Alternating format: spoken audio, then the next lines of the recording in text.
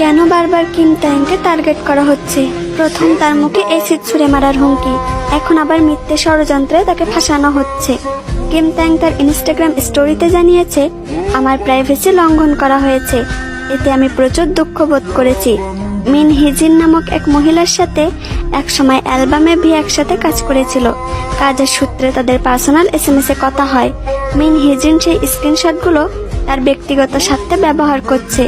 একজন কেপঅপ আর্টিস্টের পারমিশন ছাড়া তার প্রাইভেসি লঙ্ঘন করা আইনত অপরাধ। বিষয়টা হাইভে এখন দেখছে। তারা জানিয়েছে এতে ভিয়ের কোনো দোষ নেই, তাকে ষড়যন্ত্র করে ফাঁসানো হচ্ছে, তাই এতে অতিরিক্ত চিন্তা করার কোনো দরকার নেই। এই হাসি খুশি মানুষটাকে কেন বারবার তারা কষ্ট দেয়? আমার কিম সাহেবকে কি একটু ভালো থাকতে দেওয়া যায় না?